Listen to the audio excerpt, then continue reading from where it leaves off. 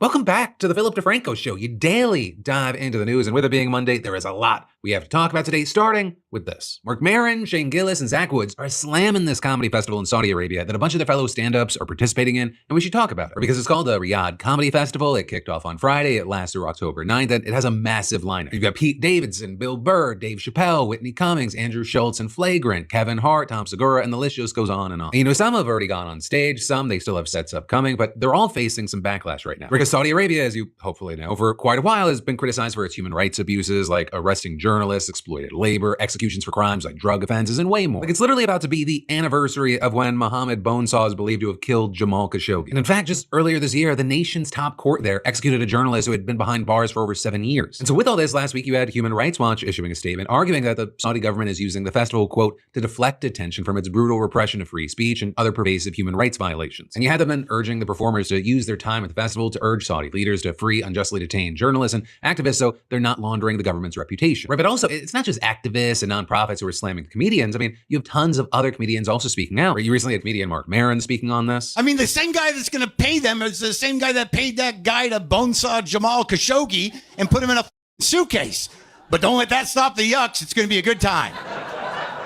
Full disclosure, I was not asked to perform at the Riyadh Comedy Festival, so it's kind of easy for me to take the high road on this one. And actually, this whole thing goes back to July when you had comedian Shane Gillis saying he was offered the chance to perform in Saudi Arabia, but I think I'm going to pass. Yeah.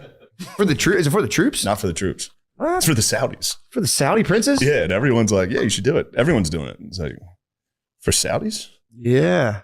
Weren't those the 9/11 guys? And then Gillis later said that organizers doubled his pay offer, but he refused this significant amount of money so he could take a principled stand. Also, as far as like how much people were actually making for this, you had comedian Tim Dillon previously saying that he was going to do the fest because he was going to get $375,000 for doing one show. Right? He also claimed that some performers were offered as much as $1.6 million. But then Saudi Arabia apparently fired him from the gig over jokes that he made about forced labor in the country. And on that note, you had comedian Atsuko Okatsuka saying that she was offered the festival but turned it down and claimed that the gig came with a bunch of content restrictions. And with that, sharing a screenshot showing that artists aren't allowed to prepare material critical of Saudi Arabia, its royal family, or its government. With then adding a lot of the you can't say anything anymore comedians are doing the festival. They had to adhere to censorship rules. And, as all of this is playing out, we've seen some of the performers from the lineup defending their choice to go. Pete Davidson recently went on Theo Von's podcast and he said, I've been getting a little bit of flack just because like my dad died 9/11. So they're like, how could you possibly go there? I just, I get the routing and then I see the number and I go, I'll go. Right. And so with all this, it's not surprising that the general backlash that we've seen are people calling them sellouts. Or some saying they think it's ironic that some of the sort of free speech warriors are among the comedians performing in a country slam for repressing free speech. And, if you go to the comments of the top performers' Instagrams, you can see their fans calling them out. And then, with this, as far as my opinion on the matter, I'm conflicted because there's a number of people involved in this that I'm like, okay, I'm not surprised. Right? A number of them are bag chaser bullshit artists that I was like, yeah, okay. And then also, whether you love them or hate them, you could look to people like Kevin Hart and you're like, oh, that motherfucker never saw a check that he didn't want to cash. Like Kevin Hart would MC judicial amputations as long as it had enough zeros. And so I found myself more surprised, and I hate using the word disappointed because it's not like I'm his fucking daddy, but seeing Bill Burr there. And so overall with this, I end up just kind of wanting to know, like, what were any of the people involved here,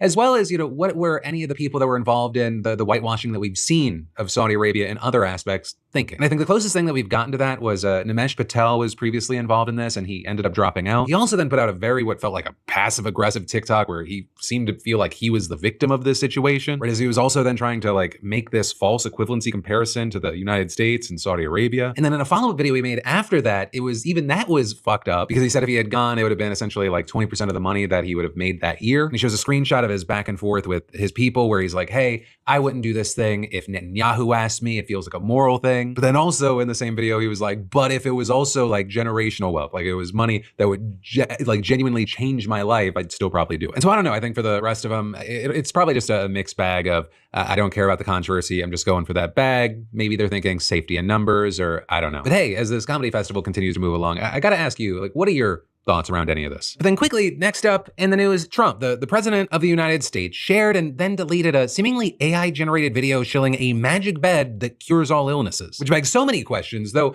with this, right, it should be noted, it's not something that he made up, but it's actually a conspiracy theory that's been embraced by factions of QAnon. And the idea here is that there are these futuristic medical pods known as med beds that can miraculously cure every ailment and even regrow limbs. But for whatever reason, they're being kept from the American public by some combination of the government, liberals, the elite, and or big pharma. And so seemingly you had Trump playing into that by posting a video on Truth Social of what appeared to be an AI-generated Fox News segment of his daughter-in-law, Laura Trump, making a big announcement about med beds. President Donald J. Trump has announced a historic new healthcare system, the launch of America's first medbed hospitals and a national medbed card for every citizen.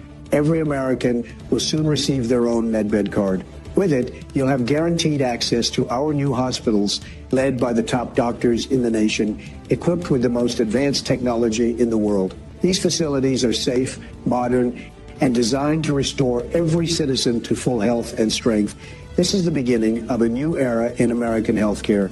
In this first phase, only a limited number of medbed cards will be released. Registration details will be announced very soon. And that absolutely wild, some would call it crazy video was reportedly on Trump's page for up to 12 hours before he deleted it. Bringing with Fox News having to go out and tell multiple outlets that the segment never actually aired on any of their channels or platforms. But as of recording, that's basically all we know about this whole bizarre situation. But it's still unclear where the video actually came from, why Trump posted it. And at least as of recording, the White House, they haven't responded to multiple requests for comment from media outlets. And in the meantime, with this, right, you've seen the conversation online basically being what you'd expect, right? Many slamming Trump for sharing a conspiracy theory or just thinking that it's weird. Though also you have some saying that it's actually cruel for him to post this video while he and his party are making massive healthcare cuts, right? Especially because some of his own followers genuinely believe that this is a real thing. And you had some saying things like, this comes as he prepares to let the enhanced ACA subsidies expire and is even willing to force a government shutdown to achieve it. And saying the result would be millions of Americans facing crushing premium hikes and the real possibility of losing their coverage. Right, with that, in reference to the fact that Senate Democrats have refused to back a spending bill to fund the government and avert a shutdown if it doesn't extend key Obamacare subsidies. But the next up in the news, the city of Portland, Oregon has been ravaged by war. At least that is, according to Donald Trump, who wrote on social media on Saturday. At the request of Secretary of Homeland Security Kristi Noem, I am directing Secretary of War Pete Hegseth to provide all necessary troops to protect war-ravaged Portland and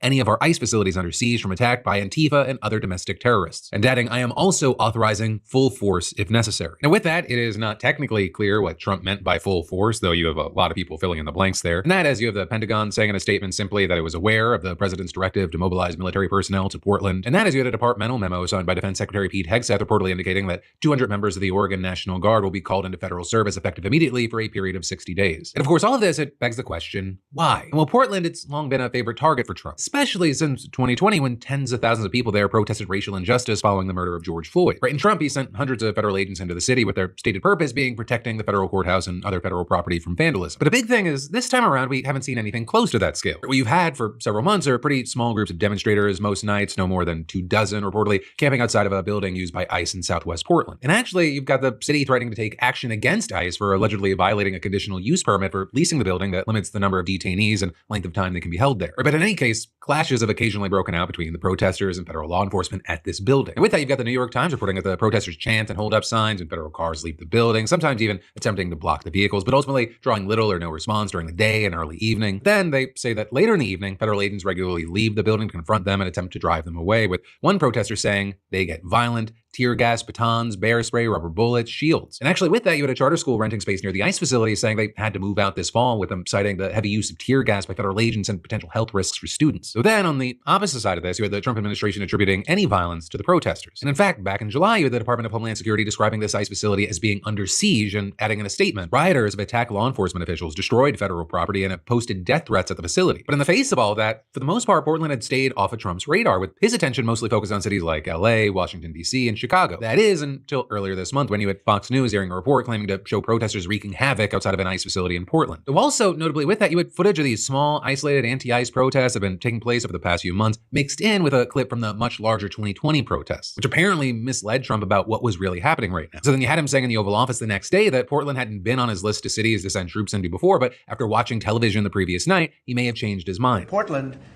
is unbelievable what's going on in Portland. The destruction of the city. Well, I'm going to look at it now because I didn't know that was still going on. This has been going on for years. And then with that, you had him once again spreading the baseless conspiracy theory that these protesters were being paid. These are paid terrorists, okay? These are paid agitators. These are professional. I watched that last night. I'm very good at this stuff. These are paid agitators. They get paid money by radical left groups, not radical right groups, radical left groups.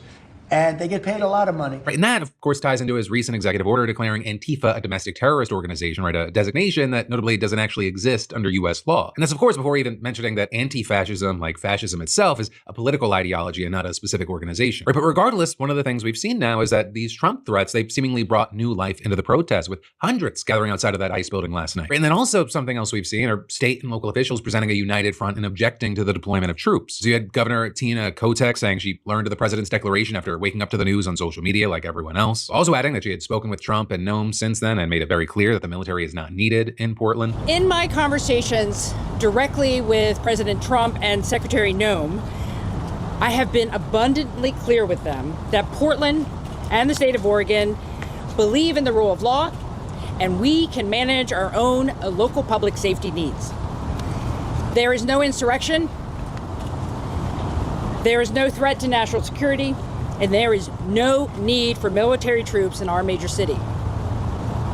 Military service members should be dedicated to real emergencies. You also had Kotek urging people in Portland to not take the bait from Trump, saying any property damage or violence of any kind will get us nowhere and will not be tolerated. And then finally, you had her saying that she believed that Trump lacked the authority to deploy federal troops to Portland and that she was coordinating with the state attorney general to see what could be done. And so very quickly, we saw state and local officials suing the Trump administration over the planned National Guard deployment, and that complaint saying that Trump's characterization of Portland as a war-ravaged community is, quote, pure fiction, and adding that it appears that the president's false claims appear to be based on that single Fox News report that was broadcast earlier this month. And adding, the protests contained to a small area near Portland's ICE facility have been successfully managed by local law enforcement and do not in any way constitute a rebellion or danger of a rebellion. So, we're gonna have to wait to see what happens with the lawsuit because, notably a federal judge in California, they ruled earlier this month that the administration acted illegally by deploying the Guard and the Marines to Los Angeles back in June. But of course, with that, getting a decision here, it could take a while. And in the meantime, a lot can happen. And then we've got more to talk about in just a minute. But first, let me say, have you ever felt like your bills are plotting against you? You pay one and somehow three more appear overnight, like a surprise party you never asked for? Well, then your next move is PDS Debt, today's sponsor. The system's built to keep you stressed and stuck, and PDS Debt, it helps you break free and take control of your finances. Personal loans handled, credit cards covered, medical bills, they've got it all under control. They're A+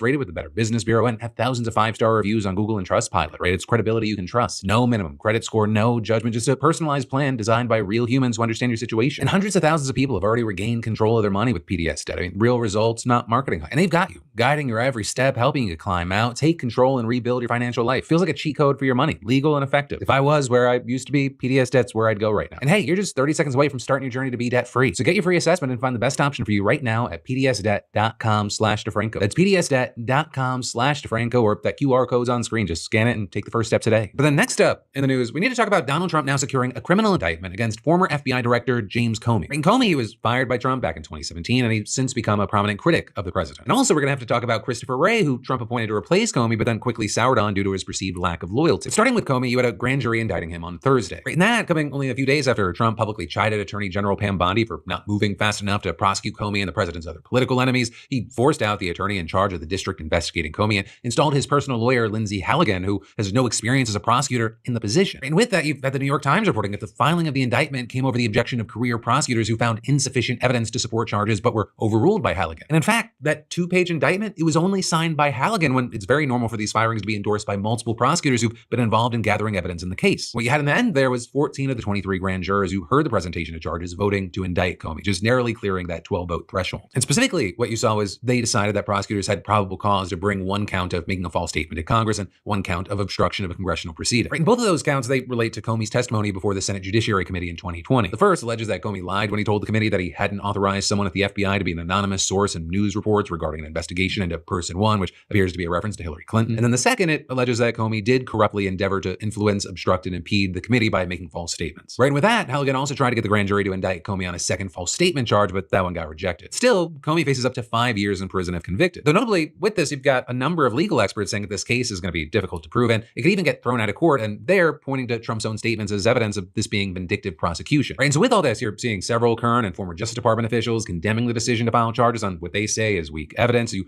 also have Democratic politicians and rights groups blasting the move. You've got House Minority Leader Hakeem Jeffries, for example, arguing that the indictment is a disgraceful attack on the rule of law and saying that Donald Trump and his sycophants in the Department of Justice are completely and totally out of control. You also had a top figure at the ACLU calling the indictment a grotesque abuse of presidential power and adding that Trump has yet again proven his disdain for the principles that have actually made America great. And then, as far as Comey, he posted a video statement on social media saying that he was innocent and he welcomed a trial. My family and I have known for years that there are costs to standing up to Donald Trump.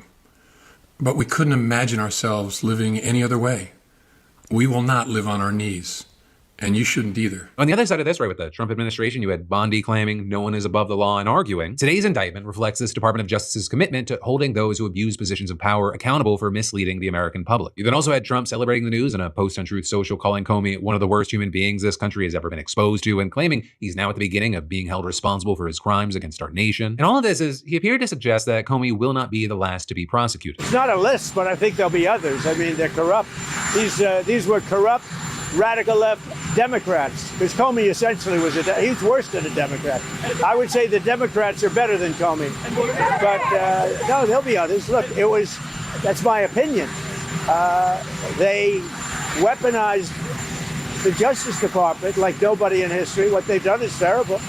And so I hope there are others, because you can't let this happen to a country. And so with all that, it wasn't long before you had Trump setting his sights on Comey's successor, Christopher Wray. With this seemingly being driven by recent reports in right-wing media that more than 200 plainclothes FBI agents were present at the Capitol on January 6th, which is something that a number of people have pointed to as evidence of this whole thing being an inside job aimed at framing and prosecuting Trump supporters. And while many have labeled those folks as conspiracy theorists, among them appear to be Donald Trump himself. Because on Saturday, you had Trump posting on social media that the FBI had secretly placed 274 FBI agents into the crowd just prior to and during the January 6th hoax, claiming this is different from what Director Christopher Wray stated over and over again, saying they were probably acting as agitators and insurrectionists, but certainly not as law enforcement officials. And adding, Christopher Wray, the then director of the FBI, has some major explaining to do. That's 2 in a row, Comey and Wray, who got caught lying with our great country at stake. We can never let this happen to America again. But with that, as far as what we know, you had the Justice Department Inspector General already finding that there's no evidence that undercover agents were in the crowd when the riot broke out, or saying that there were 26 confidential human sources, but 1, they're not agents or employees of the FBI, and 2,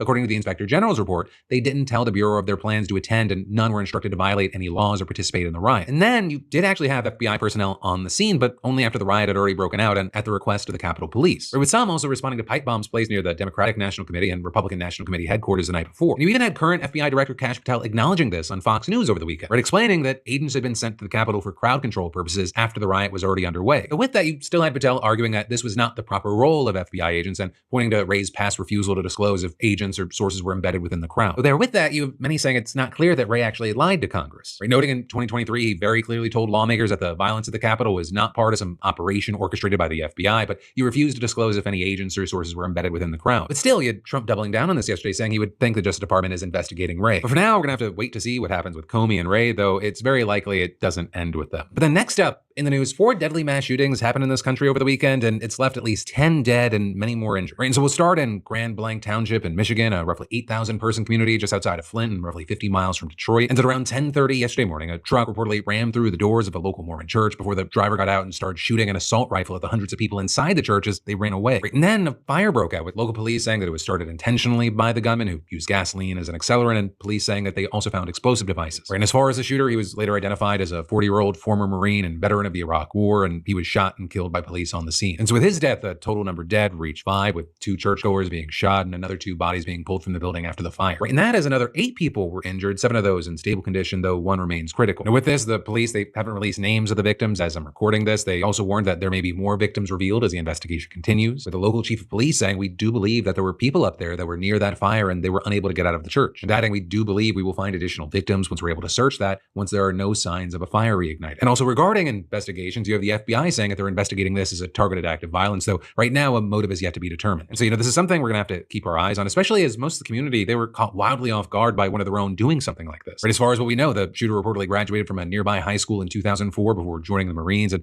having what was described as a stellar military career during the 4 years that he served. You also had a former high school classmate saying he was an avid hunter who he regularly saw around town, even running into him at the gym earlier in the week. Right, that classmate saying he was happy to see me, he just seemed normal. Right, and that was something that was echoed by his former landlady and his neighbors. But then also with this, you've had a number of people sharing a photo that appears to be the shooter in a Trump 2020 shirt that's been circulating online. Right, and that is, there's also reporting from the Daily Beast saying that there was, as of June of this year, a pro-Trump sign outside of his house. You also have this local consultant on voter and petition information saying that the shooter had previously signed 2 petitions, one to repeal Governor Gretchen Whitmer's COVID mandates and one to outlaw abortion in the state, all of which has led to people saying numerous things online. Right, some trying to fill in the blanks as to the motive of why you would do this. Right, and others saying this is why we're seeing a drastically different reaction from the right on this situation. With all that, like I always always kind of try to stress in moments like this, I think it's important to see as things are developing and information's coming in to see what comes from the investigation. Right. And with that, you have people noting that the shooter wasn't publicly registered to either party, and we don't have any concrete information on what his connection to the church was at this point. The one that noted this being a church, we've seen a lot of big names speaking out against violence in places of worship in general. In that, including Texas Governor Greg Abbott, who promised to create a task force dedicated to protecting places of worship, writing on X, the escalation of violent attacks against people and places of faith is heinous and must end. Now, with that, as far as wider reactions, you had several politicians chiming in to condemn the violence, praise first responders, and of course, offer thoughts and prayers. We also saw statements from Vice President J.D. Vance and FBI Director Kash Patel calling the shooting horrific and awful. You also had Trump promising that his administration would keep the public posted with updates and saying this epidemic of violence in our country must end immediately. But also, we're not done here because, like I said, there were 4 mass shootings this weekend. So the next one we're talking about happened in North Carolina, right? Less than 14 hours before the shooting in Michigan, a gunman fired on an open-air dockfront bar in Southport from his boat on the water. And there, 3 people were killed and another 5 were wounded before the shooter drove his boat away from the bar toward the intracoastal waterway. So there, within about 30 minutes, he was spotted by the U.S. Coast Guard and arrested. And the shooter then revealed to be a 40-year-old decorated combat veteran who was awarded the Purple Heart for his service in Iraq during 2005 and 2006. And according to the police, this was a highly premeditated attack that he carried out on his own. Now, as for the victims, their names, they haven't been released yet, but we do know that one of those injured isn't doing well, with the police saying that they are clinging for their life. Also, while the motive here is still under investigation, you had the local police chief saying that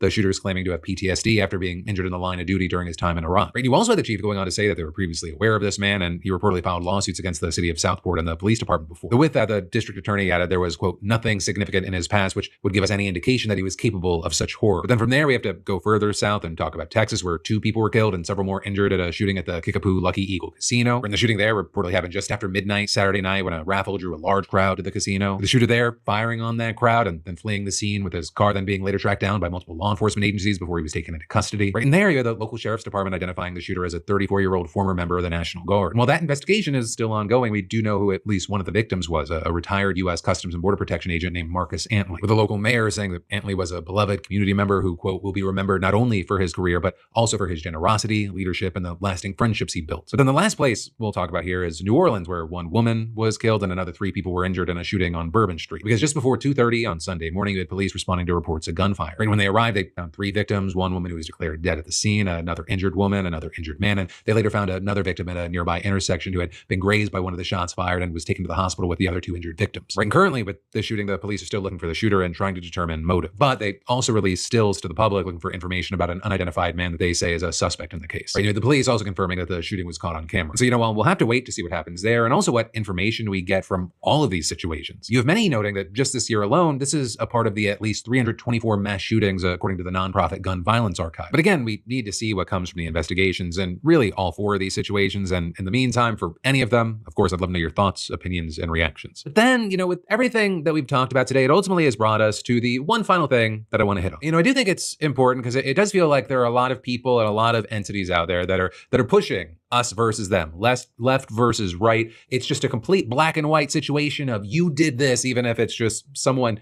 drastically disconnected from you. And it was this moment from this morning where I was talking to the Bulwark's Tim Miller for a podcast I actually just put out on the In Good Faith podcast channel. And of course, as always, I'll link to the full hour in the description as well as the end of the video. But here's what he said. The other element to that you're talking about is just this kind of never-ending internal cold civil war that we have, that I think everybody kind of imagines they're part of. Everybody's wrong. Too many people kind of imagine that they're part of, right? On social media, which is like, after a tragedy, I need to post to prove that it's the other side's fault, right?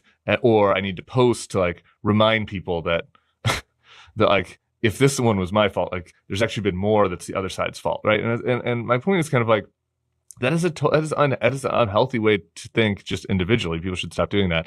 But also, you can't live as a society like that. We have to be able to live together. Tyler Robinson was not on my team. This guy that shot up the Mormon church in Michigan, who apparently wore a Trump shirt. We'll see exactly what the details are. But that guy was not on Ben Shapiro's team. You know what I mean? Just because they both voted for Donald Trump in 2020. We need to all live together in a democratic society. And if we treat the people on the other side like their worst example is representative of everybody that voted for that person, well then it's kind of rational for some people to start thinking that we should have a civil war.